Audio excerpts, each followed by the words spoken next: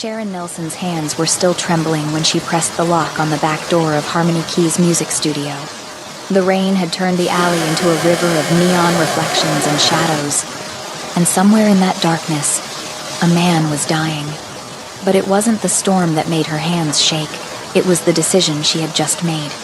The decision that would change everything. 2 minutes ago, she had been wiping down the piano keys after her last student left, mentally calculating how many more lessons she needed to book before the eviction notice became final. The building owner wanted her out by the end of the month. 30 days to pack up 8 years of her life. 30 days to watch her dream of running a community music school dissolve into nothing. Then she heard the crash. Metal garbage cans toppling over in the alley behind her studio. The sound of someone running, stumbling, gasping for air.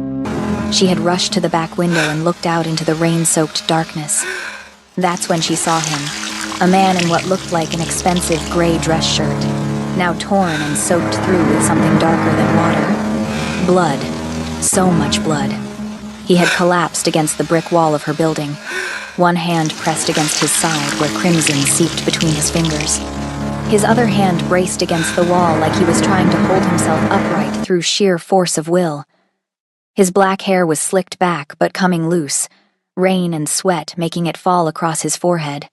Even injured, even bleeding out in an alley, there was something about the way he held himself that screamed danger and power. Then she heard the sirens. Blue and red lights strobed through the rain, getting closer. Voices shouted orders, harsh and aggressive. "Split up! He couldn't have gone far! Shoot on sight!" Shoot on sight. Not apprehend. Not bring him in. Shoot on sight. That's when Sharon made her choice. Maybe it was because she had grown up watching her brother get harassed by cops who saw black men as targets first and citizens second. Maybe it was because something in her gut told her that men who shouted "shoot on sight" weren't interested in justice. Or maybe it was simpler than that. Maybe she just couldn't watch another human being die in an alley while she did nothing. She had thrown open the back door and grabbed him by the arm. Inside.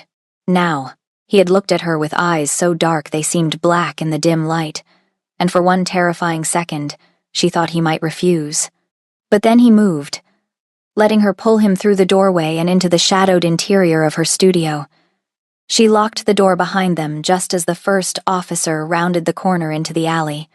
Now Sharon stood in the darkness of her studio, her cream-colored knit sweater soaked with rain and someone else's blood, listening to boots stomp past her door. The man she had saved leaned against the wall near her upright piano, one hand still pressed to his wound, watching her with an intensity that made her skin prickle. Everything about this was wrong. The studio felt smaller with him in it, like his presence filled up all the air and space. Her worn jeans and gold hoop earrings suddenly felt inadequate, like she was a child playing dress-up in a world she didn't understand. The eviction notices stacked on her desk in the corner seemed to glow in the darkness, advertising her failure to anyone who looked. But it was him that made her most nervous. Up close, she could see details she had missed in the alley. The luxury watch on his wrist that caught what little light filtered through the windows, the kind of watch that cost more than her entire year's rent. The perfectly tailored cut of his shirt beneath the blood and rain. The way his face, sharp and angular with features that suggested East Asian heritage, showed no panic despite the wound in his side. He wasn't breathing hard. He wasn't panicking. He was watching her with the same calculated calm of a predator assessing its surroundings, deciding whether she was a threat or a tool or something else entirely. "They're not real police, are they?" Sharon whispered, her voice barely audible over the rain hammering against the windows. His eyes narrowed slightly. For a long moment, he said nothing. Then, in a voice low and controlled with an accent she couldn't quite place, he answered, "No, they're not." Something about the way he said it, with no fear, no gratitude, just cold acknowledgement, made Sharon's stomach drop. She had not saved some innocent person being framed. She had pulled something dangerous into her world, something that looked at her like she was a fascinating problem he hadn't expected to encounter. Outside, the voices grew more distant. The boots stomped further down the alley. The sirens began to fade. But Sharon couldn't move. She stood frozen in her own studio, staring at the stranger whose blood was now on her hands, literally and figuratively. "You should not have helped me," he said finally, his dark eyes never leaving hers. Sharon's heart hammered against her ribs. "Probably not. You have no idea who I am." "No," she admitted. "I don't." He tilted his head slightly, studying her the way someone might study a painting they couldn't quite figure out. "And yet, you risked everything to hide me." Sharon wanted to say something brave, something that would make her sound like she knew what she was doing, but the truth was simpler and more terrifying. "I couldn't just let you die out there." Something flickered across his face, too quick for her to read. Then it was gone, replaced by that same calm, calculated mask. He straightened up from the wall, and Sharon saw him wince, just slightly, before he controlled the reaction. "What's your name?" he asked. "Sharon. Sharon Nelson." She hated how small her voice sounded. "This is my studio. I teach piano here. Or I did. I'm being evicted next month. So I guess..." She stopped herself, realizing she was rambling, giving too much information to a stranger who probably didn't care about her failing business or her mountain of debt. But he was looking at her differently now, his gaze moving from her face to the studio around them, taking in the beat-up upright piano, the mismatched chairs, the stack of beginner music books on the shelf, the eviction notices on her desk that she couldn't hide fast enough. "Sharon Nelson," he repeated, like he was committing it to memory. "I owe you a debt." The way he said it made it sound less like gratitude and more like a contract she had unknowingly signed. Before Sharon could respond, before she could ask him who he was or what he had done to have fake police hunting him through the rain, he moved toward the back door.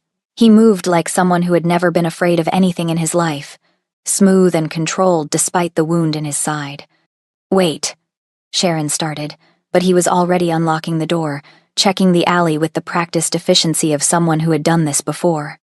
He paused at the threshold, looking back at her one last time. The red and blue lights had faded completely now, leaving only the rain and the darkness. "Forget this happened," he said. "Forget you saw me. It will be safer for you that way." Then he was gone, disappearing into the rain like a ghost, like he had never been there at all. Sharon stood alone in her studio, her hands still shaking, blood on her sweater that would never completely wash out. She walked to the piano and sat down heavily on the bench, her mind racing. Through the windows, she could see the alley where she had found him, empty now except for the toppled garbage cans and the rain. She had no idea who he was. She had no idea what she had just become involved in. But she knew, with a certainty that settled into her bones like ice, that this was not over. The man with the expensive watch and the dangerous eyes had looked at her like she was worth remembering, and something told Sharon that being remembered by a man like that was either the best thing that could happen to her, or the worst. She had come to work tonight worried about eviction notices and overdue bills. She was leaving with blood on her hands and the feeling that her entire life had just shifted in a direction she couldn't control. The rules had always kept her safe. But tonight, she had broken every single one, and the man who saw her do it knew exactly where to find her. Before we continue with this story, I need you to do something for me. Go ahead and like this video, and drop a comment telling me where you're watching from. It truly means a lot to me seeing this community grow across the world. Every like and comment helps us reach more people who love dark romance thrillers. Together. Sharon was wrapping her metronome in newspaper when she heard the first crash. She paused, one hand still holding the device that had kept time for hundreds of her students over the years, the other clutching the wrinkled sports section she'd been using as packing material. The sound came from the alley behind the studio, metal scraping against concrete, followed by what might have been a groan or just the wind. She set the metronome down carefully in the box marked "Fragile, Teaching Supplies," and checked her phone. 11:47 p.m. She should have left hours ago, but packing always took longer than she expected. Every item she wrapped was a memory. Every box she sealed felt like giving up another piece of the dream she'd built here. The eviction notice sat on top of the stack on her desk, its red stamp visible even in the dim light. Final notice of eviction. Vacate premises by March 31st. 3 weeks. She had 3 weeks to pack up 8 years of her life. 8 years of teaching neighborhood kids how to read music, how to find themselves in the space between the notes. Another crash. Louder this time. Then the unmistakable sound of someone falling. Sharon moved to the back window and peered out through the rain-streaked glass. The alley was a mess of shadows and yellow light from the single street lamp that actually worked. At first, she saw nothing but overturned garbage cans and the shimmer of rain on wet pavement. Then movement caught her eye, a figure stumbling against the brick wall of her building, sliding down slowly like they couldn't hold themselves up anymore. Her breath fogged the glass as she leaned closer. The figure was a man. She could see that much. He wore what looked like an expensive gray dress shirt, but it was hard to tell because it was soaked through with rain and something darker. His hand pressed against his side, and even from here, Sharon could see the dark stains spreading between his fingers. He was bleeding. Badly. Sharon's first instinct was to call 911, her hand already reaching for her phone. Then she heard the sirens, getting closer fast. Too fast, like they'd been right behind him. Blue and red lights strobed through the rain, painting the alley in alternating colors. The man in the alley heard them too. His head jerked up, and even from this distance, Sharon could see the way his whole body tensed. Not the relief of someone being rescued. The trapped alertness of prey that's just been cornered. Sharon watched 3 figures round the corner into the alley, all wearing what looked like tactical police gear. But something was wrong. The way they moved wasn't right. Too aggressive, too coordinated. They weren't calling out to identify themselves or offering help. "There!" one of them shouted. End of the alley. The injured man tried to stand, to run, but his legs gave out. He fell to one knee, and that's when Sharon saw one of the officers raise his weapon. "Shoot him!" Another voice barked. "Don't let him get away." Not, "Hands up." Not, "You're under arrest." Just, "Shoot." Sharon didn't think. She was already moving, yanking open the back door and running out into the rain. The cold hit her like a slap, soaking through her cream-colored sweater in seconds. She reached the man in 3 strides, grabbed his arm, and hauled with strength she didn't know she had. "Inside," she hissed. "Now." He looked up at her, and Sharon felt her heart stop. His eyes were so dark they looked black, and they held no fear, no panic. Just a cold, calculating assessment that seemed to take her apart and put her back together in the space of a heartbeat. Then he moved, letting her pull him to his feet, half carrying him through the door.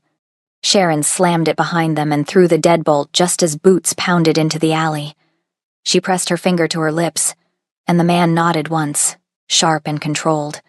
She could hear his breathing, steady despite the wound in his side, and realized with a spike of fear that this was not someone who panicked easily. "Check the dumpster!" a voice shouted outside. "What about that building?" "It's just some music studio. Been empty all night." Sharon held her breath, her back pressed against the door. The man had moved silently to the side, out of view from the window, and she noticed he'd positioned himself with clear sight lines to both the back door and the front entrance, like he was already calculating escape routes and defensive positions. "Spread out," the voice commanded. "He's bleeding. He can't have gone far." The boots moved away, but Sharon could still hear them, splitting up to search the surrounding streets.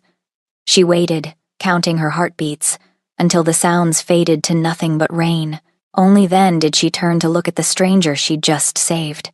He was leaning against the wall near her upright piano, one hand still pressed to his wound, watching her with that same unsettling intensity. Up close, she could see the details that the rain and darkness had hidden, the sharp, angular features that suggested East Asian heritage. The black hair slicked back with precision, now falling loose across his forehead. The expensive watch on his wrist that caught the faint light from the street lamp outside. Everything about him, from his posture to his clothes to the way he held himself perfectly still, radiated money and power. But it was the blood that kept drawing her attention. So much blood, seeping through his fingers, dripping onto her hardwood floor. "You're hurt," Sharon said, her voice sounding too loud in the quiet studio. "Yes." His voice was low, controlled, with an accent she couldn't quite place. Korean, maybe? Not a question, just acknowledgement. Those weren't real police, were they? Something flickered across his face. No, they weren't. Sharon wrapped her arms around herself, suddenly aware of how soaked her sweater was, how the blood on her hands was still warm. "Who are you?" "Someone you should not have helped." He straightened slightly, wincing in a way that told Sharon the wound was worse than he was letting on. "But I am grateful nonetheless." "You need a hospital." "No hospitals." The way he said it left no room for argument. "They will be watching. You're going to bleed to death." "Perhaps." He tilted his head, studying her in that same unnerving way. "But if you have basic supplies, I can prevent that." Sharon looked at him. Really looked at him. The expensive clothes ruined by blood and rain. The watch that probably cost more than her car. The complete lack of fear in his eyes despite the fact that he was injured and hunted and trapped in a stranger's music studio. Nothing about this made sense, but she'd already made her choice when she pulled him out of that alley. "I have a sewing kit," she said finally, "for fixing torn sheet music and stuff. And I think there's a first aid kit in the supply closet from when I used to have younger kids running around. That will work." Sharon moved to the supply closet, her hands shaking as she searched through boxes of old music books and broken metronomes. She found the first aid kit buried under a stack of outdated theory workbooks, the white plastic case yellowed with age. The sewing kit was in her desk drawer, the little tin container her grandmother had given her years ago. When she turned back, he'd moved to the piano bench and was carefully pulling off his shirt. Sharon's breath caught. The wound was a gash across his ribs, deep and angry, still bleeding steadily. But it was the rest of him that made her stop. His torso was marked with scars, old ones that had healed into silver lines across his skin. These weren't accidents. These were the kind of scars you got from violence, the kind that told stories Sharon wasn't sure she wanted to know. "You've done this before," she said quietly. "Yes." He took the first aid kit from her hands and opened it with practiced efficiency, sorting through the contents with quick, assessing movements. "The needle and thread, please." Sharon handed him the sewing kit, watching as he threaded the needle with steady hands. "I can do it," she offered. "I'm pretty good with my hands, piano teacher." He looked at her for a long moment, then handed her the needle. "Steady hands are important." "Yes." Sharon pulled over her desk chair and sat down in front of him, forcing herself to look at the wound and not think about what she was about to do. She'd sewn up torn fabric 1,000 times. This was just fabric. Ignore the fact that it was skin. Ignore the fact that he was watching her with those dark, calculating eyes. She cleaned the wound first with the antiseptic wipes from the first aid kit, trying not to flinch at the way he didn't even react to what must have been excruciating pain. Then she threaded the needle through his skin, her hands steadier than she expected, pulling the edges of the wound together one careful stitch at a time. "You didn't call the police," he said after a long silence. "Why?" Sharon focused on the next stitch, on the precise movement of her hands. "Because those men outside weren't acting like police, and because I've seen what happens when cops decide someone's guilty before they even ask questions. Personal experience. My brother." The words came out harder than she intended. "Got stopped for matching a description when he was 16. They put him on the ground with their knees on his back while my mother screamed at them that he was just walking home from basketball practice. He was wearing his school jersey, had his gym bag with his name on it. Didn't matter. They saw a black kid in the wrong neighborhood at the wrong time." She finished another stitch, her jaw tight. "So no, I don't automatically trust men with badges and guns who are yelling shoot to kill in dark alleys." "Smart," he said quietly. The men outside were not police. They were assassins wearing stolen uniforms. Sharon's hands didn't shake, but it was close. Assassins. As in people who murder for money. Yes. And they were trying to kill you. Yes. She tied off the final stitch and sat back, looking at her work. The stitching wasn't perfect. Not like a real doctor would do, but it was clean and tight, and the bleeding had stopped. She covered it with gauze pads and tape from the first aid kit, her hands moving on autopilot while her mind tried to process what he'd just told her. "Who are you?" she asked again, this time not sure she wanted the answer. He looked at her for a long moment, and Sharon had the distinct impression he was deciding how much truth to give her. "My name is Han Hyun, and I am someone you should forget you ever met. Kind of hard to forget someone you just stitched up in your music studio at midnight." Something that might have been amusement flickered across his face, though it didn't reach his eyes. "Nevertheless, for your safety, forgetting would be wise." He stood, moving with surprising ease considering he'd just been sewn back together with a sewing kit.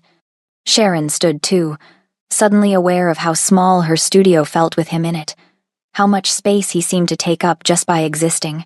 Han Hyun picked up his ruined shirt and pulled it back on, buttoning it carefully over the bandage. The blood was less noticeable on the dark fabric, but Sharon knew it was there. She'd seen how much there was. "You live here?" he asked, his eyes moving around the studio with the same assessing gaze he'd used on her, taking in the worn furniture, the outdated equipment, the stack of eviction notices she'd been too tired to hide. "No, I have an apartment a few blocks away. This is just my studio. Or it was. I'm being evicted at the end of the month." His gaze sharpened on the notices. "Why?" Sharon laughed, the sound bitter even to her own ears. "Because teaching piano to kids whose parents can barely afford the lessons doesn't generate enough income to satisfy corporate landlords. The building got bought out 6 months ago by some investment company. They want to turn this into luxury condos or organic juice bars or whatever else makes rich people feel good about gentrifying neighborhoods." She wrapped her arms around herself, suddenly exhausted. "I've been here 8 years, taught over 200 kids. Some of them are in college now on music scholarships. Some of them just needed a place to go after school where someone cared if they showed up. Doesn't matter. Numbers don't work, so I'm out."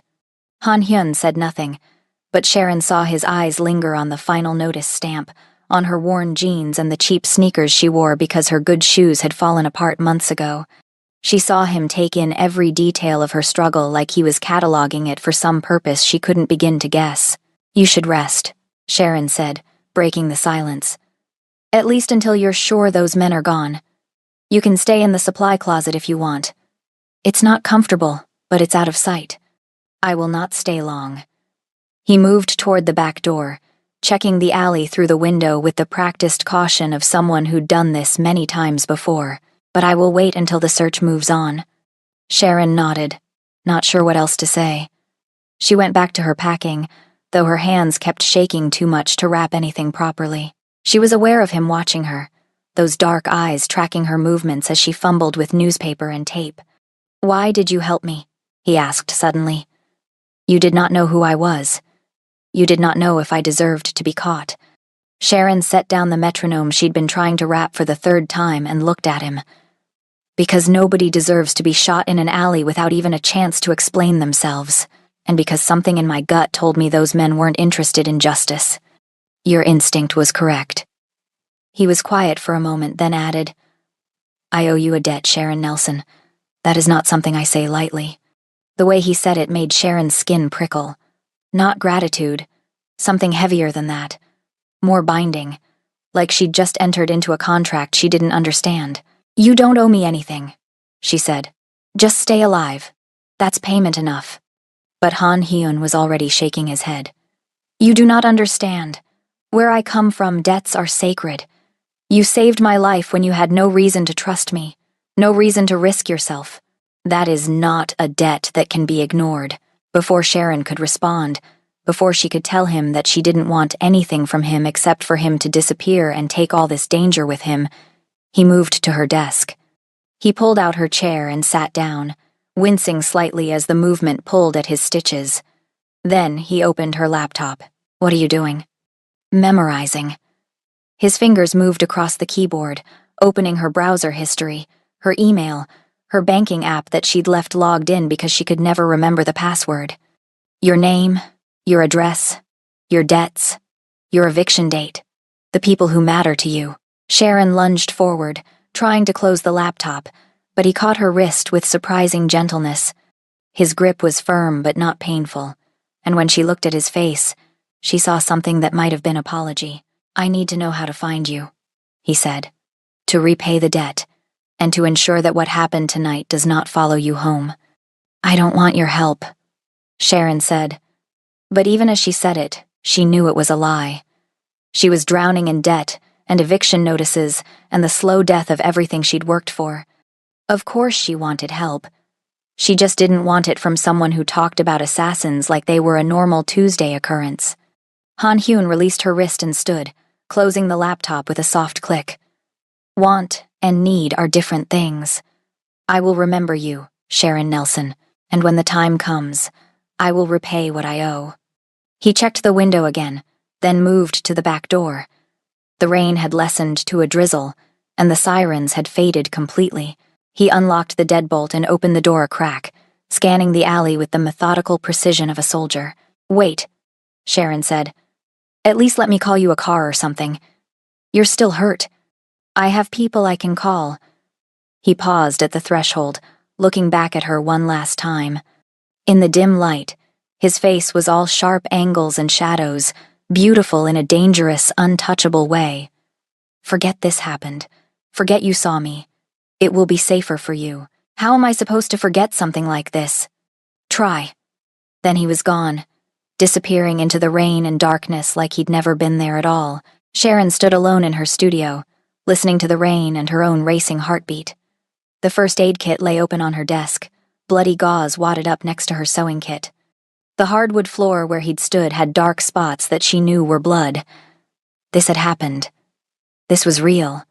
She cleaned up the blood as best she could, threw away the gauze and antiseptic wipes, and washed her hands 3 times until the water ran clear. Then she went back to packing, but her mind wouldn't settle. She kept replaying the moment she'd seen him in the alley, the decision that had seemed so clear in that instant. Had she done the right thing? Had she just saved someone who deserved to be caught? But she remembered the way those men had moved, the casual cruelty in their voices when they said, "Shoot to kill." Whatever Han Hyun was, whatever he'd done, those men hadn't been interested in arrest or justice. They'd been interested in execution. Sharon packed until 2 a.m., then gave up and went home. She couldn't sleep. Every time she closed her eyes, she saw his face, those dark, calculating eyes that had seemed to see right through her. She saw the scars on his torso, the practiced ease with which he'd assessed his own wound. This was a man who lived in violence, who knew its rhythms and its costs, and she'd saved his life. When Sharon finally dragged herself out of bed the next morning, her whole body ached like she'd run a marathon. She made coffee and turned on the news while she tried to convince herself to eat breakfast. The anchor's voice droned on about traffic and weather until Sharon was reaching for the remote to turn it off. Then she heard. Violent confrontation between rival gangs left 3 dead in the downtown warehouse district last night. Police are calling it an escalation of an ongoing territory dispute between organized crime factions. No arrests have been made, and police are asking anyone with information to... Sharon's hand froze on the remote. Downtown warehouse district. Last night, 3 dead, but there was no mention of a police chase. No mention of an injured man fleeing through alleys. No mention of assassins in stolen SWAT uniforms.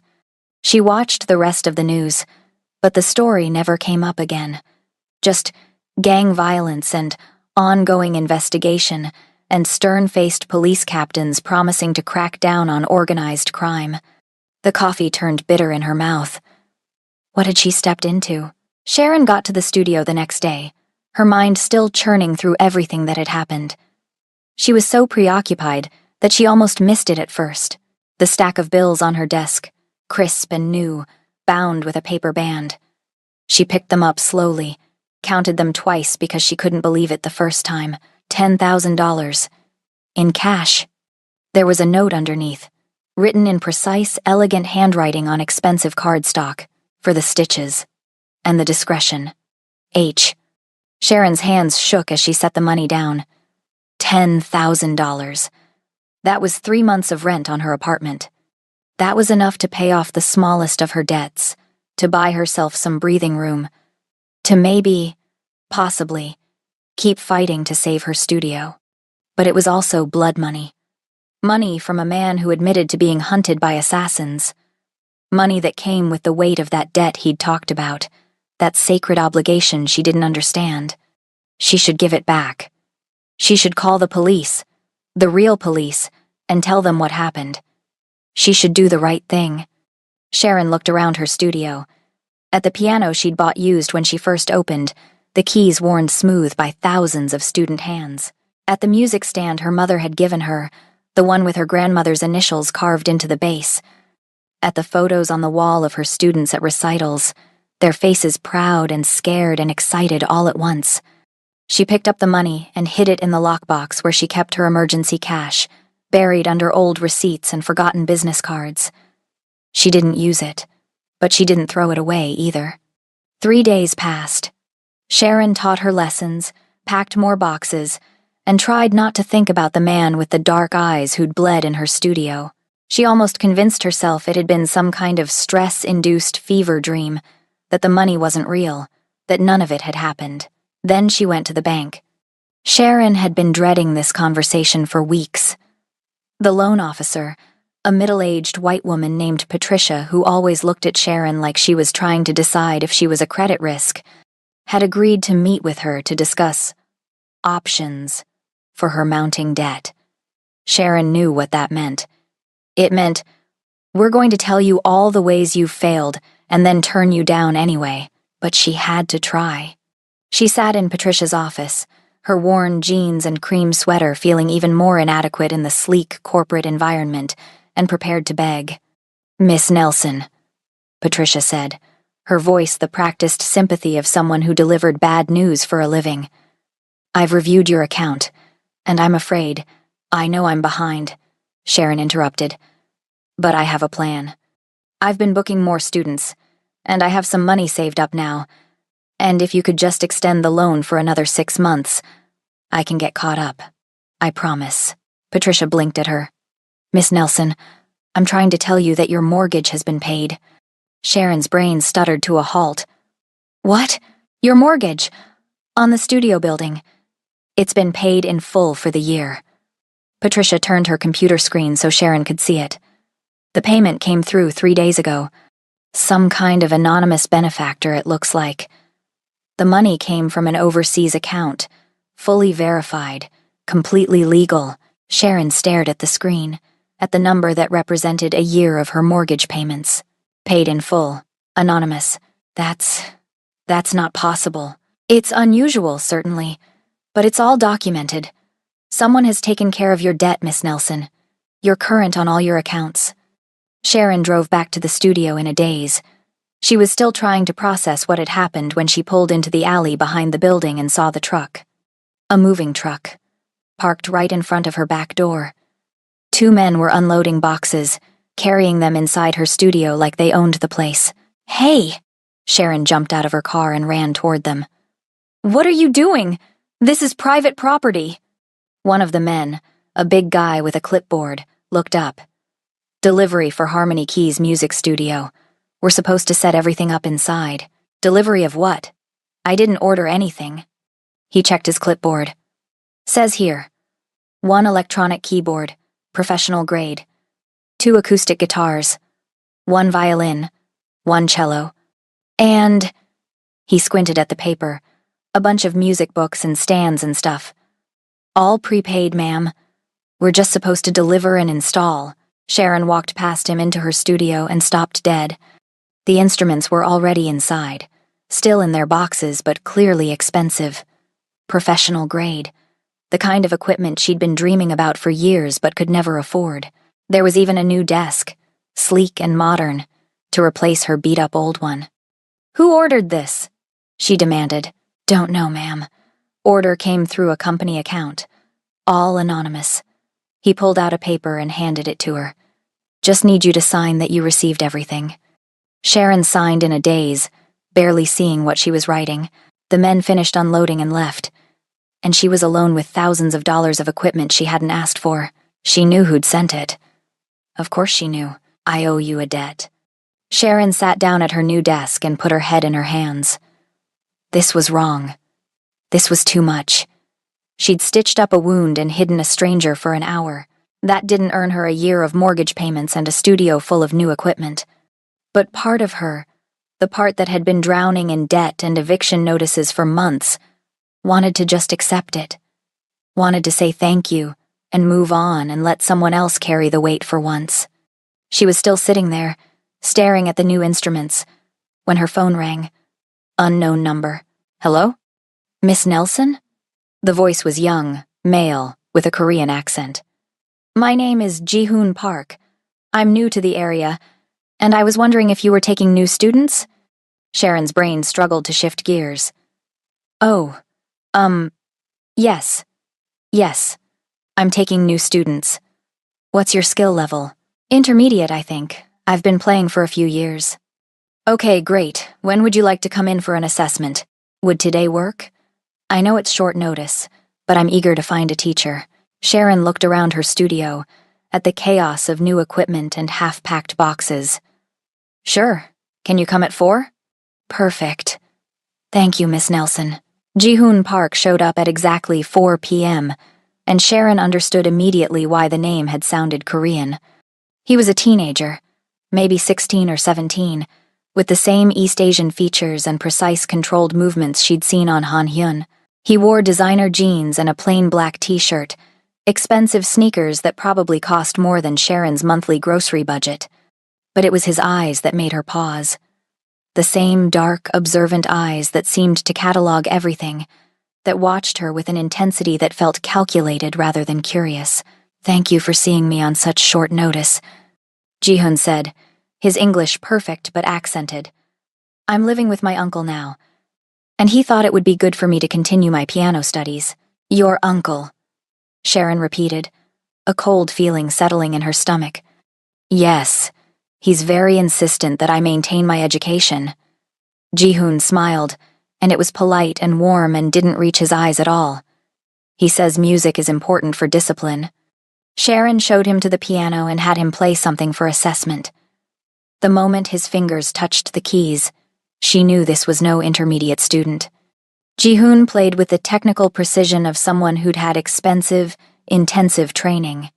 He played a Chopin etude that Sharon usually saved for her advanced students, and he played it flawlessly. That was beautiful, Sharon said when he finished. But I think you're well past intermediate level. My uncle suggested I might say that. Ji-hoon's smile was apologetic. He thought it would be better to understate my abilities at first. And why would he think that? Because he wanted to make sure you were the right teacher for me. He said you'd understand that sometimes the most important lessons aren't about technique. Sharon felt like she was having 2 conversations at once, one on the surface about piano lessons, and one underneath about something she couldn't quite grasp. Your uncle sounds very involved in your education. He is. Ji-hoon stood from the piano and looked around the studio with the same assessing gaze she'd seen before. He's very protective. He believes in taking care of the people who matter. The cold feeling in Sharon's stomach spread. Ji-hoon, does your uncle's name happen to be Han Hyun? The boy's smile didn't waver, but something shifted in his eyes. You've heard of him then? We've met. Sharon crossed her arms, suddenly very aware of how empty her studio was, how late it was getting, how this polite teenager might be more dangerous than he looked. He didn't mention he had a nephew. He doesn't mention a lot of things. Ji-hoon pulled out his phone and showed her a calendar. I'd like to book lessons twice a week if possible. My uncle is paying, of course. He's very generous with people he values. Sharon stared at the phone, at the calendar that was being offered like this was a normal transaction. This is about the debt, isn't it? The mortgage, the instruments, and now you. He's watching me. My uncle believes in being thorough. Ji-hoon pocketed his phone, and he keeps his promises. He said he owed you a debt. This is how he pays it. By sending his nephew to spy on me. By ensuring you're safe. For the first time, Ji-hoon's pleasant mask slipped, and Sharon saw something harder underneath. You helped him when he was vulnerable. That makes you valuable. And valuable things need to be protected.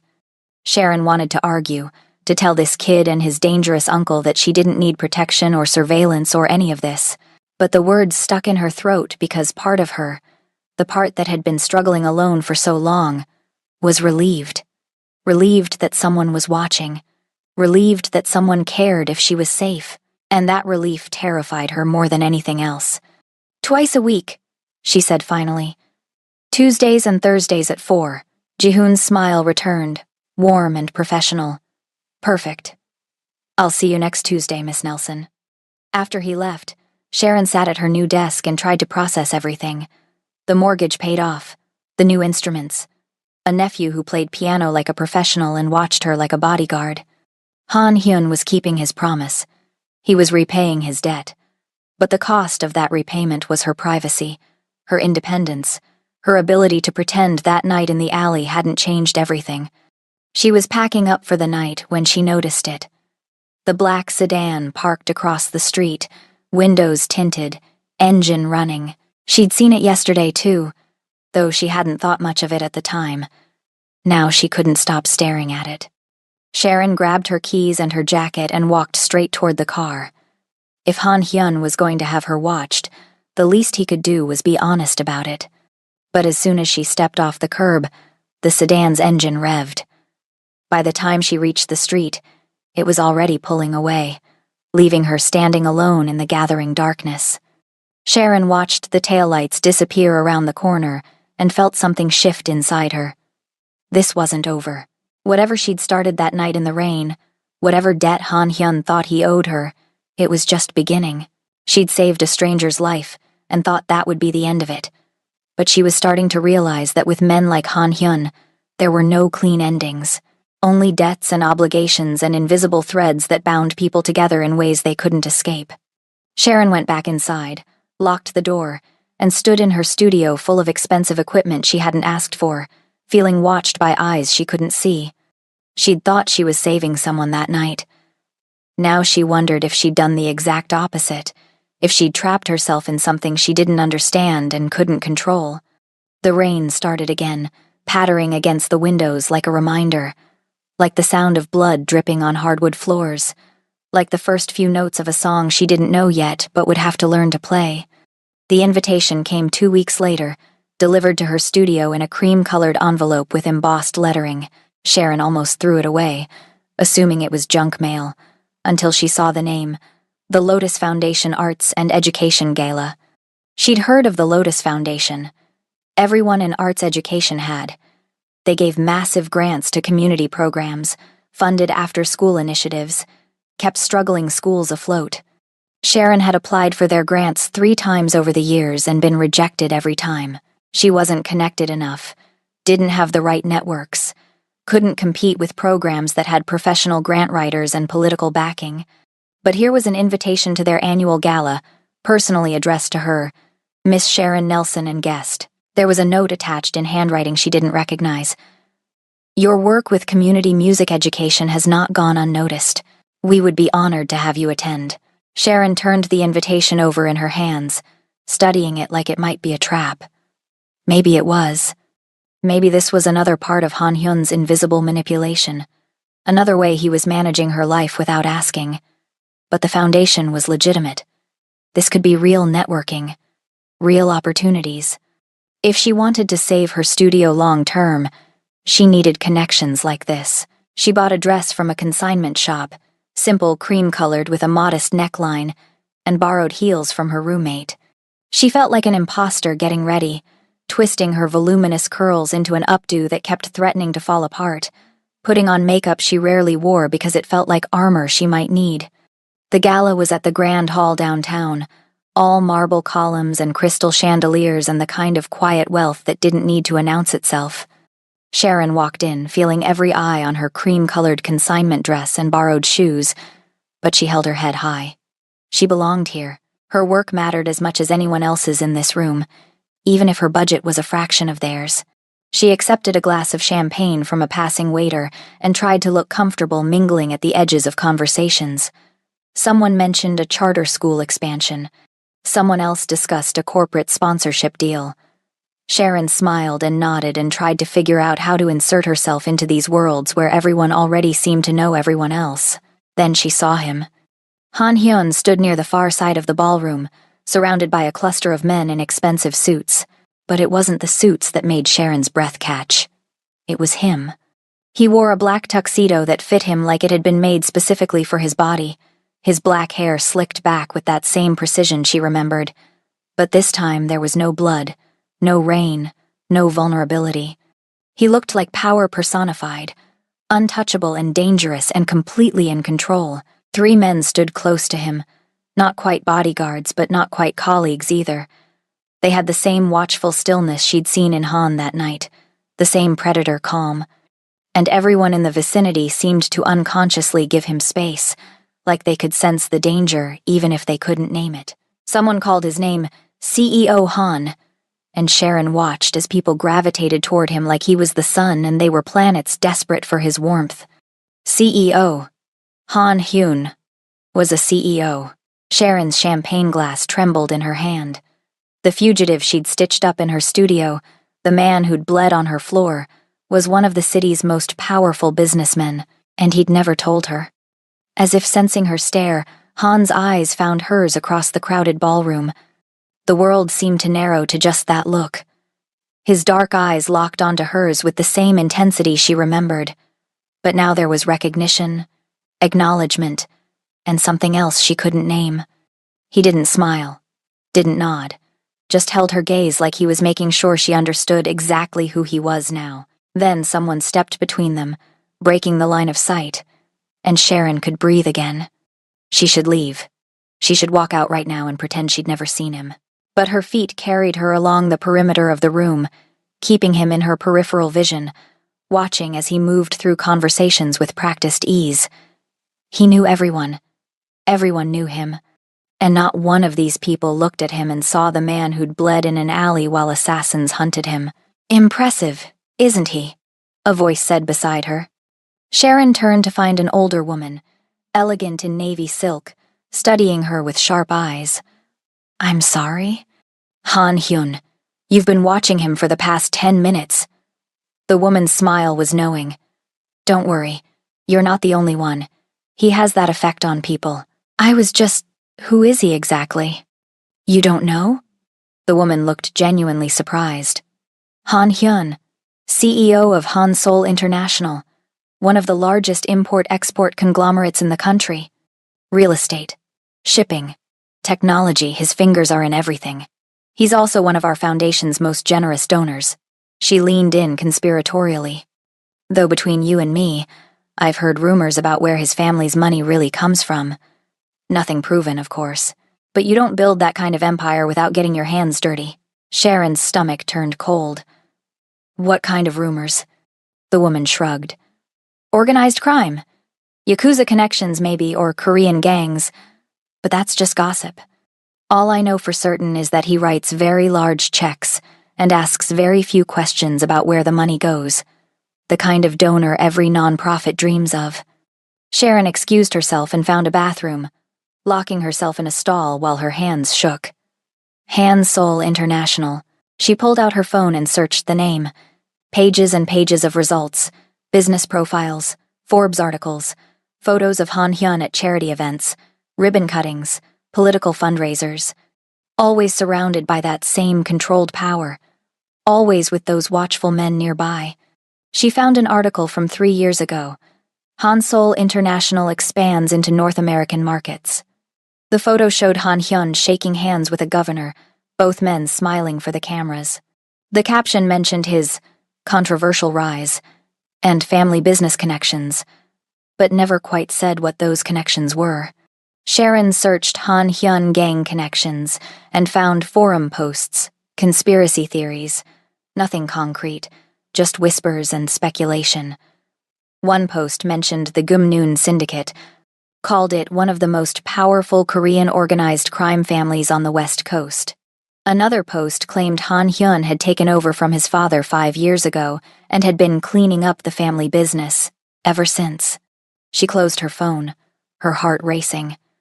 The man she'd saved wasn't just dangerous, he was powerful, and he'd bought her mortgage, sent his nephew to watch her, infiltrated her life without her permission or understanding. Sharon walked back out to the gala on shaking legs. Han was still surrounded by admirers, but as she emerged from the hallway, his eyes found hers again. This time he excused himself from his conversation and moved toward her with the confidence of someone who'd never been told no in his life. Sharon didn't run. She stood her ground as he crossed the ballroom, as people parted unconsciously to let him through, as he stopped in front of her with that same controlled stillness that made her skin prickle. "Miss Nelson," he said, his voice low enough that only she could hear. "You look surprised to see me. You're a CEO." The words came out sharper than she intended. "Of a massive corporation. And you didn't think to mention that. Would it have changed anything that night?" "Yes. No. I don't know." Sharon took a breath, trying to calm the anger rising in her chest. "You let me think you were just some guy in trouble. You let me stitch you up with a sewing kit when you probably have a private doctor on speed dial. I needed someone I could trust. Someone who didn't know who I was." His eyes never left hers. "And I was right to trust you." "The mortgage," Sharon said quietly. "The instruments. Ji-hoon. That was all you." "Yes. Why?" "Because I owe you a debt. And because—" He stopped, something flickering across his face. "We should not have this conversation here. Too many eyes, too many ears." Sharon looked around and realized people were watching them, curious and speculating about why CEO Han Hyun was talking to an unknown woman in a consignment dress. "Then where?" "Somewhere private. I can have my driver." "No," Sharon cut him off. "I'm not getting in a car with you. Not until you tell me the truth. All of it." Han studied her for a long moment, then nodded once. "There is a garden terrace through those doors, less crowded. Will that suffice?" Sharon followed him through the ballroom and out onto a terrace that overlooked the city lights. It was quieter here, just a handful of other guests smoking or taking calls, and the night air was cool against her skin. Han waited until they were at the far railing, out of earshot from anyone else, before he spoke. "What do you want to know?" "Everything. Who you really are. Why those men were hunting you. What I actually saved that night." "You saved exactly what you thought you saved," Han said quietly. "A man who would have died without your help. But you're not just some man. You're—" Sharon gestured back toward the gala, toward the wealth and power she'd just witnessed. "You're this. Whatever this is. I am Han Hyun. I run Hansol International, which is a legitimate business. I employ 12,000 people. We do shipping, logistics, real estate development, technology investment." He paused. "I am also the head of the Gumnoon Syndicate, which is not a legitimate business." Sharon's breath caught. Hearing him admit it, hearing the words said so plainly, made it real in a way the internet rumors hadn't. "The men chasing me that night were from a rival organization, the Red Vipers. They disguised themselves as police because they knew I would run rather than engage with what I thought were legitimate authorities." His jaw tightened. "They wanted to kill me, and they wanted to do it in a way that would embarrass me, make me look like a common criminal fleeing justice."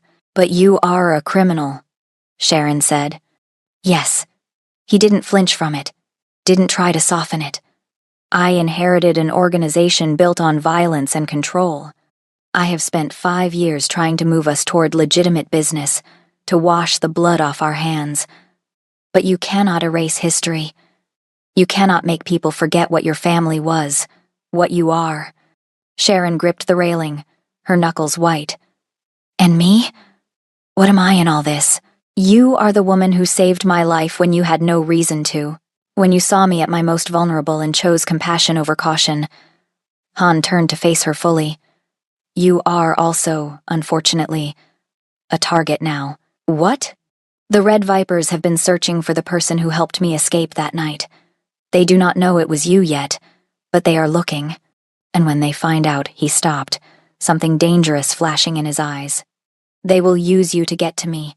That is why I paid your mortgage, why I sent Ji-hoon, why I have had a security detail watching your studio every night. I am trying to keep you safe from the consequences of your kindness.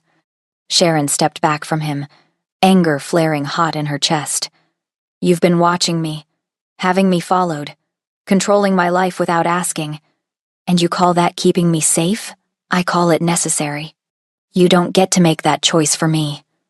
Sharon's voice rose, and a few heads turned their direction. She lowered it to a harsh whisper.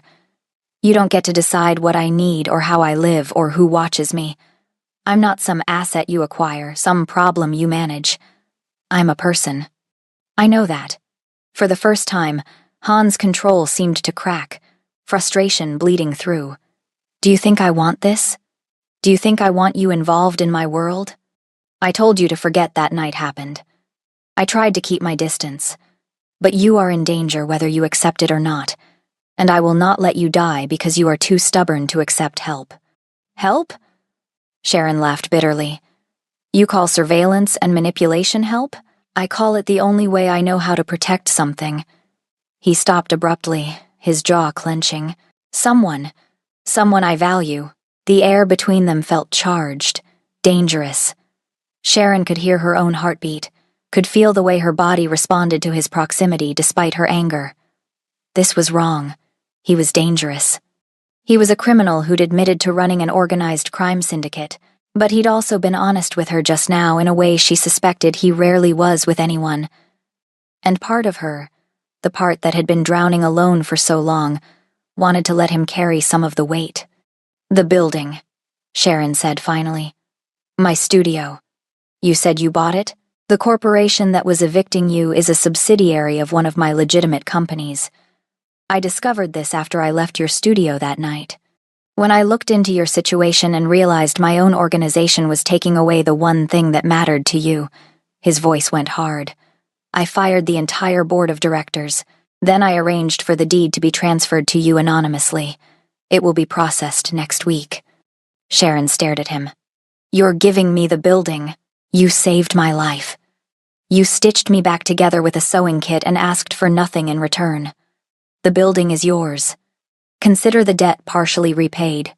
I don't want your debt repayment. I want... Sharon stopped, not sure what she wanted anymore. Safety, honesty, distance, closeness. Everything was tangled up and contradictory. What do you want, Sharon? Han asked quietly. Before she could answer, his phone buzzed. Then again. He pulled it out, and Sharon saw his entire expression change, going from frustrated to cold and deadly in the space of a heartbeat. We need to leave. Now. What's wrong? They found you. He grabbed her arm, not rough but urgent. The Vipers. They just sent me a photo of your studio. They know who you are. Sharon felt the world tilt. What? Han was already moving, pulling her back toward the ballroom while talking rapidly into his phone in Korean. Two of the men who'd been nearby earlier materialized out of the crowd, falling into step beside them. Bodyguards, Sharon realized. He'd had bodyguards watching him all night, and she'd thought they were just colleagues. My car is out front, Han said. We need to get you somewhere safe. I need to go home. My things. Your things do not matter. Your life matters. Han's grip on her arm tightened. They have already been to your studio. If they know where you work, they know where you live. We are not going to your apartment. Sharon wanted to argue, but the cold certainty in his voice stopped her. This was real. The danger she'd half believed was theoretical had become concrete, immediate. Someone was hunting her because she'd saved Han Hyun's life. They made it to the front of the building where a black SUV waited, engine running. Han opened the back door and practically pushed her inside, sliding in beside her while his bodyguards took the front seats. The vehicle was moving before the door even closed. Where are we going? Sharon asked, her voice shaking. My penthouse. It is the most secure location I have. Han was still on his phone, still speaking rapid Korean. Sharon caught words like security and studio and something that might have been cleanup. They ransacked your studio, he said, switching to English as he ended the call. My people are there now assessing the damage. It appears they were sending a message rather than trying to find you. Everything is destroyed. but nothing was taken. Sharon felt tears burn her eyes. Her piano, her photos, 8 years of her life in that studio. How bad? Bad. Han's expression was grim. I am sorry. This is my fault. If I had moved faster, if I had better security on you. Stop. Sharon wiped her eyes angrily. Just stop. I don't want apologies. I want to understand what happens now. Now you stay with me until the threat is neutralized. And how long will that take? Han's silence was answer enough. The penthouse was exactly what Sharon expected from a man who ran a corporate empire and a crime syndicate. Floor-to-ceiling windows with a view of the entire city. Furniture that probably cost more than her car. Art on the walls that looked original and priceless. Everything clean and expensive and impersonal except for a shelf near the window that held books in Korean and a photo of an older couple Sharon assumed were his parents. Guest bedroom is through there, Han said, pointing down a hallway. You will have your own bathroom. Anything you need, just ask. What I need is my life back. Sharon stood in the middle of his living room, feeling displaced and angry and scared. I need to not be in danger because I made one good choice. I know. Han looked exhausted suddenly, the controls slipping to show something roar underneath. If I could undo this, if I could take back the danger I brought to your door, I would, but I cannot. All I can do is keep you alive. Sharon wanted to stay angry at him, wanted to blame him for everything, but looking at him now, at the tension in his shoulders and the weight in his eyes, she realized he was carrying guilt she hadn't asked him to carry. The gala invitation, she said suddenly. That was you too, wasn't it? Yes. I arranged it through intermediaries. I wanted to see you again, to make sure you were safe. His mouth twisted. And I wanted you to know the truth about who I am. I was tired of hiding from you. You could have just come to my studio. And said what? Hello. The man you saved is a crime boss. Please accept this security detail. Han shook his head. You would have thrown me out. Or called the police. Or both. He wasn't wrong. Sharon probably would have. I am going to make some calls, Han said. There is food in the kitchen. Help yourself to anything. Try to rest. He disappeared into what looked like a home office, and Sharon was left alone in a penthouse that felt like a luxury prison. She found the guest bedroom and sat on a bed that was probably worth more than everything she owned. Her phone buzzed with messages from students asking about lessons, from her roommate wondering where she was, from the bank about something unimportant. Normal life continuing like nothing had changed. But everything had changed. And Sharon wasn't sure she could ever go back to normal. She must have fallen asleep eventually because she woke to darkness and the sound of voices in the living room. Sharon crept to the bedroom door and listened. Need to find them before they find her again. That was Han. His voice hard. I want every contact, every safe house, every person who might know where the Vipers are holed up. And I want it done quietly. No open warfare. Not yet. Boss, with respect. They already declared war when they touched her studio. The other voice was male, younger. Let us hit back. Let us show them what happens when they threaten your people. No. Han's voice was absolute. We do this carefully. We do this smart. Sharon Nelson is not a weapon to start a war with. She is someone I will protect at any cost, which means we do not escalate until we have no other choice. Sharon pressed her hand to her mouth, emotions she couldn't name churning in her chest. He was talking about her like she mattered, like protecting her was worth restraining his entire organization. The days that followed were strange and claustrophobic. Sharon stayed in Han's penthouse under constant watch. Ji-hoon came by to check on her, and she realized the boy was as much her bodyguard as he'd ever been her student. Han was gone during the days, managing his businesses and apparently hunting the Red Vipers, but he came back every evening and they ate dinner together in silence, heavy with things neither of them said. On the third night, Sharon couldn't take it anymore. I need to go back to work, she said over the takeout Han had ordered. My students need me. The recital is in 2 weeks, and we're not ready. Absolutely not. Han didn't even look up from his food. It is not safe. It's not safe to hide here either. Those men aren't going to give up just because I'm inconvenient to find. Sharon set down her chopsticks. And I'm not going to stop living my life because of them. The recital is important.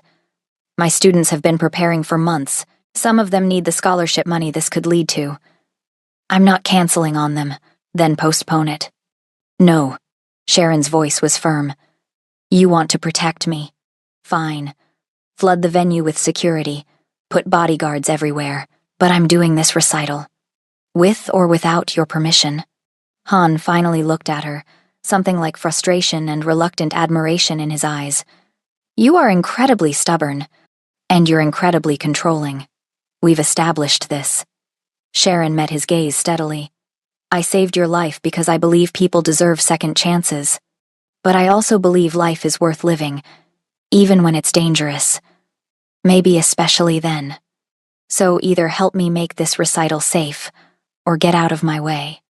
For a long moment, Han said nothing. Then, slowly, he smiled. It transformed his face, made him look younger and less dangerous and heartbreakingly human. Very well, he said. We will do your recital. But on my terms, with my security, and you do not argue with my people when they tell you something is not safe. Deal. The next 2 weeks passed in a blur of preparation. Han was true to his word. He rented out the entire grand hall where the gala had been held, arranged for professional sound equipment, hired ushers and stage managers. Sharon's students practiced in a rehearsal space so nice they could barely believe it was real, and everywhere Sharon looked, there were Han's people. Men and women in elegant suits who watched the doors, monitored the hallways, checked every delivery and visitor. It should have felt oppressive. Instead, it felt like armor. Sharon barely saw Han during those 2 weeks. He was hunting the Vipers, she knew, though he never gave her details.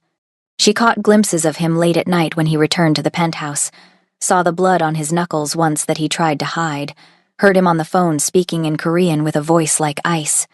But he always asked how her day was, always made sure she'd eaten, always looked at her like she was something precious and breakable that he couldn't afford to lose. The night before the recital, Sharon found him standing at the window looking out at the city. She'd been planning to go straight to bed, but something about the tension in his shoulders made her stop. Can't sleep? She asked. I do not sleep much these days. He didn't turn around. Too many threats to track. Too many variables to control. Sharon moved to stand beside him. From up here, the city looked like a carpet of lights stretching to the horizon, beautiful and vast and indifferent. Have you found them? The Vipers? We are close. My people think they are planning something for tomorrow night. They know about the recital. Han's jaw clenched. I have 100 security personnel covering the venue. Snipers in the rafters. Armed guards at every entrance. But if they truly want to get to you, to get to me through you, then they will try regardless of what we do, Sharon finished. So we might as well give my students their moment, give them something beautiful before the violence comes. Han finally turned to look at her. How are you so calm about this? I'm not calm. I'm terrified. Sharon wrapped her arms around herself. But I'm also tired of letting fear control everything. I've spent the last year watching my dream die slowly, losing my studio piece by piece because I was too afraid to take risks. Then I made one brave choice saving you, and everything changed. I don't regret it. Even with all of this, I don't regret it. You should. Han's voice was rough. You should regret ever seeing me in that alley, but I don't. Sharon reached out without thinking and touched his arm. You've been honest with me, even when the truth made you look bad. You've protected me without asking for anything in return, and you've given my students opportunities they never would have had without you. Whatever else you are, you're also someone who keeps his promises. Han stared at her hand on his arm like he couldn't quite believe it was there. Then, slowly, he covered it with his own. After tomorrow, he said quietly. After this is over, you can leave. Go back to your life. I will make sure the Vipers never bother you again. You will be free of all of this. And if I don't want to be free of it? The words were out before Sharon could stop them. What if I want to understand what this is between us? Han's eyes met hers, dark and intense, and full of something Sharon was afraid to name. You do not want to be involved with someone like me, Sharon. I have blood on my hands. Real blood. People have died because of my orders. I know. She didn't pull away. And you're still the man who looked at my eviction notices and decided to give me back my studio. Who sends his nephew to learn piano so I'll be protected?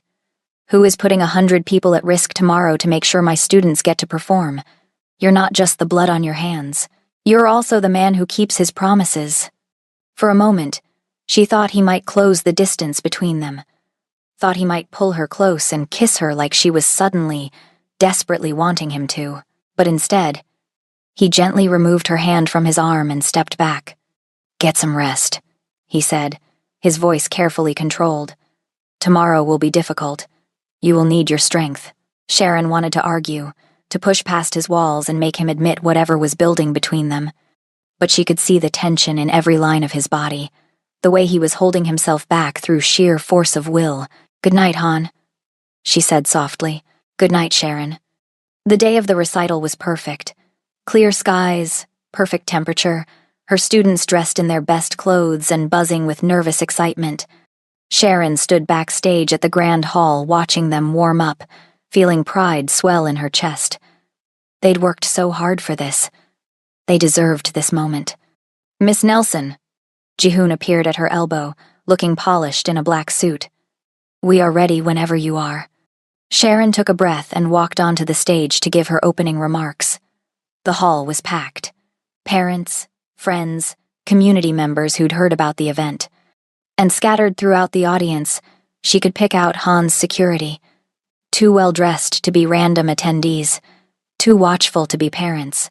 Han himself sat in the front row, surrounded by his people. Their eyes met, and he gave her the smallest nod. I am here. You are safe. The recital began. Student after student took the stage, played their pieces with varying degrees of skill and confidence. Sharon watched from the wings, her heart full despite the undercurrent of tension, despite the armed guards she knew were watching every entrance. Jihoon was 3 students from the end when Sharon noticed it. A man in the back row, too still, his hand inside his jacket. Another man near the side exit, speaking into his collar. Not Han's people. The way they moved was wrong. Sharon's blood went cold. They were here. The Vipers had infiltrated the venue. She looked toward Han and saw that he'd noticed too. He was speaking rapidly into his phone while his bodyguards moved into position, trying to be subtle about it. But more men were appearing. At the exits, in the aisles. More than there should be. They'd brought an army. Sharon watched in horror as one of them locked the main doors from the inside. Parents were starting to notice now, starting to whisper and look around nervously. On stage, her student finished her piece to scattered, confused applause. Then a man walked onto the stage from the opposite wing. Tall, muscular, with a serpent tattoo visible on his neck. He was holding a gun. Everyone remain seated, he announced, his voice carrying through the hall. This will be over quickly if you cooperate. Screams erupted. Parents grabbed their children. Han's security drew weapons, but they were outnumbered and surrounded by civilians they couldn't risk hitting. Sharon Nelson, the man with the serpent tattoo called out. Come out here. Now. Or we start shooting students. Sharon's whole body was shaking, but she made herself walk onto the stage. She'd put these people in danger. Her students. Their families. All because she'd saved Han Hyun's life. I'm here, she said, her voice steadier than she felt. Good. The man grabbed her arm roughly, dragging her to center stage. He pressed the gun to her temple, and Sharon heard Han roar her name from the audience. Now, Han Hyun, we know you're here. Come out, or I blow her head off in front of all these nice people. Han stood slowly. His face was a mask of cold fury Sharon had never seen before. Let her go. Your fight is with me. Oh, we know that. The serpent man smiled. That's why she's perfect leverage. You care about her, don't you? The little piano teacher who saved your life. She's your weakness. She is nothing to me, Han said. But his eyes met Sharon's and she saw the lie. Just someone who was in the wrong place at the wrong time. Then you won't mind if we... Sharon didn't let him finish. She slammed her elbow back into his ribs, twisted out of his grip, and dove for the heavy piano bench that sat at the edge of the stage. She'd performed this movement 1,000 times in her head over the past weeks.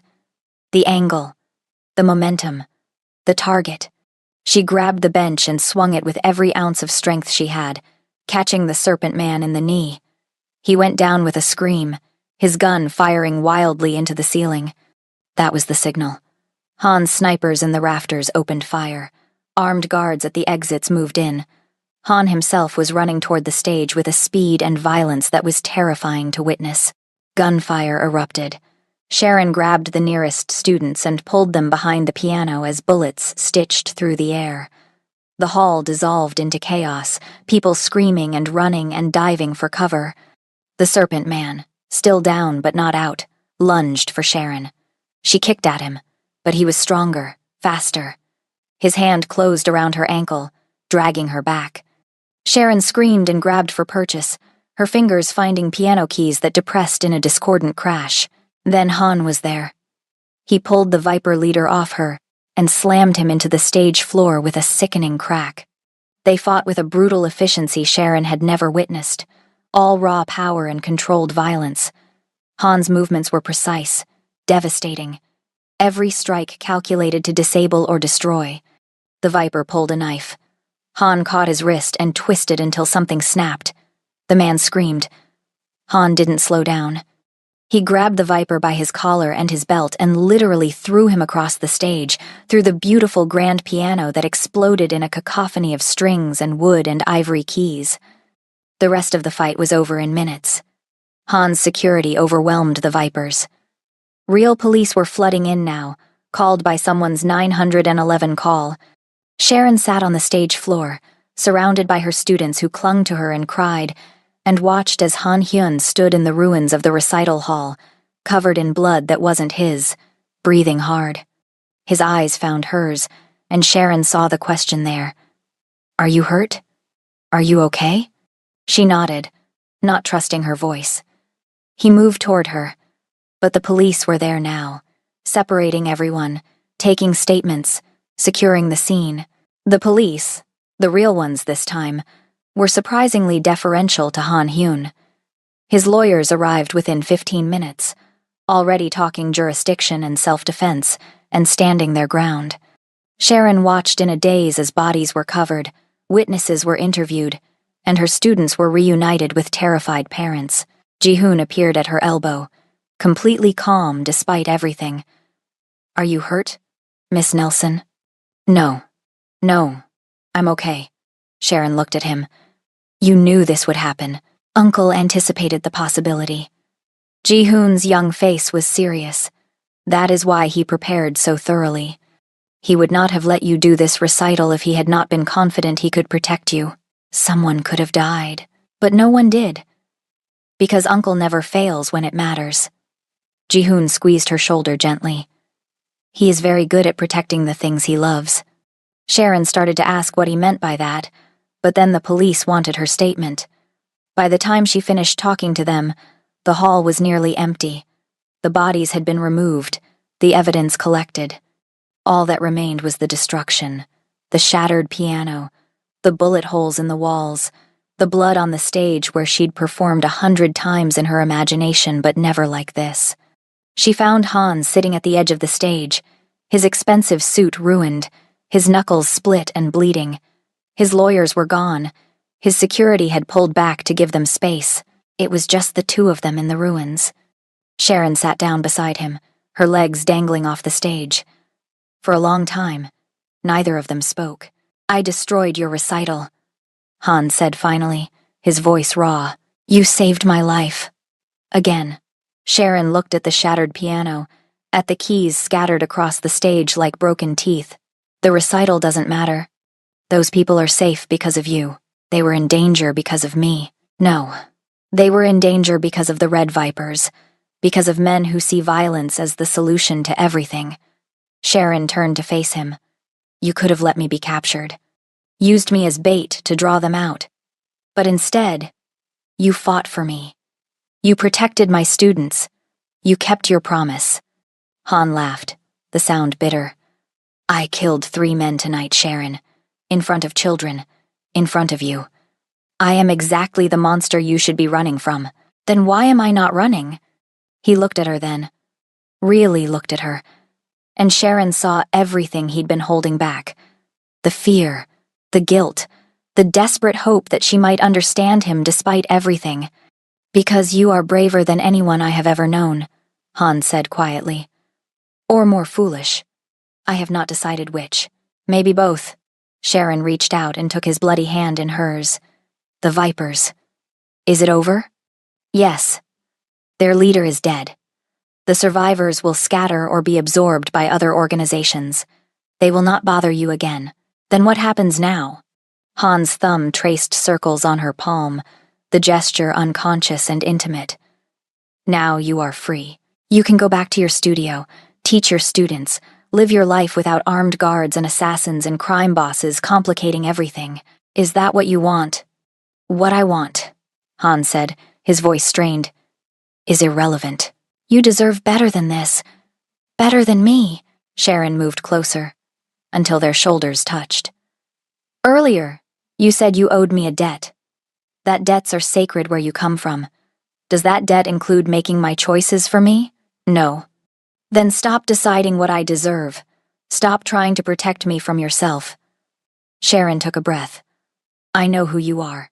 I know what you've done. And I'm still here. That should tell you something. Han's dark eyes searched her face. You cannot want this. You cannot want a life where danger follows you, where every moment could be your last. I don't want that, Sharon admitted. But I also don't want to spend the rest of my life wondering what might have happened if I'd been brave enough to choose you anyway. Sharon, can you love someone like me? She interrupted.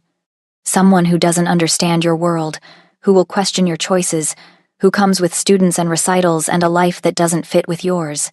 I already do, Han said, the words pulled from somewhere deep. From the moment you pulled me into your studio, from the moment you risked everything for a stranger, I have been yours, even when I tried not to be. Sharon felt tears burn her eyes, but they were the good kind, the kind that came with relief and hope and the terrifying joy of choosing something dangerous because it felt right. Then ask me what you wanted to ask earlier, she said. Before you decided I deserved better. Han cupped her face in his bloodied hands, his touch impossibly gentle. Sharon Nelson, can you love a man with blood on his hands? A man who will bring danger to your door? A man who is more monster than human on most days? Sharon leaned into his touch. I can love the man who keeps his promises, who protects what matters to him, who fights for me when I'm in danger. She smiled through her tears. The blood washes off. The rest is just choosing each other. Every day. Even when it's hard. Han kissed her then, soft and desperate, and full of everything they'd been holding back. Sharon kissed him back, tasting salt and copper and the promise of something that should have been impossible but felt inevitable. When they finally pulled apart, Han rested his forehead against hers. I am going to buy you a new piano. Sharon laughed, surprised into joy. That's very romantic. I am serious. The most beautiful piano money can buy. And I am going to learn to play it, badly, until you forgive me for destroying this one. I already forgive you. Then I will learn to play it until you love me. I already love you, you idiot. Sharon pulled back to look at him. Though piano lessons wouldn't hurt. Ji-hoon told me you have terrible rhythm. Han's smile was slow and real, and entirely hers. Ji-hoon talks too much. They sat there in the ruins of the hall as dawn light began to filter through the windows, turning the broken piano into something that looked almost beautiful in the golden glow. Sharon knew they had a lot to figure out. How her world and his would fit together. How she would explain armed bodyguards to her students' parents. How they would navigate a relationship built on danger and trust, and the strange alchemy of two people who chose each other despite every reason not to. But in that moment, with Han's hand in hers and the promise of tomorrow stretching ahead, Sharon felt something she hadn't felt in years. Certainty. She'd made the right choice that night in the rain.